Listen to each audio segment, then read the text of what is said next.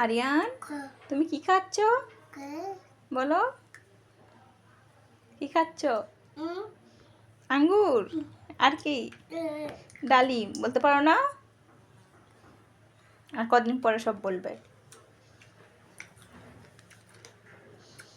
খাও আস্তে আস্তে খাও হ্যাঁ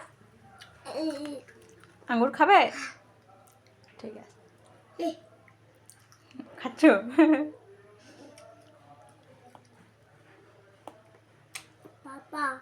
পাপা এনেছে ও বাবা খাও কি ডালিম ডালিম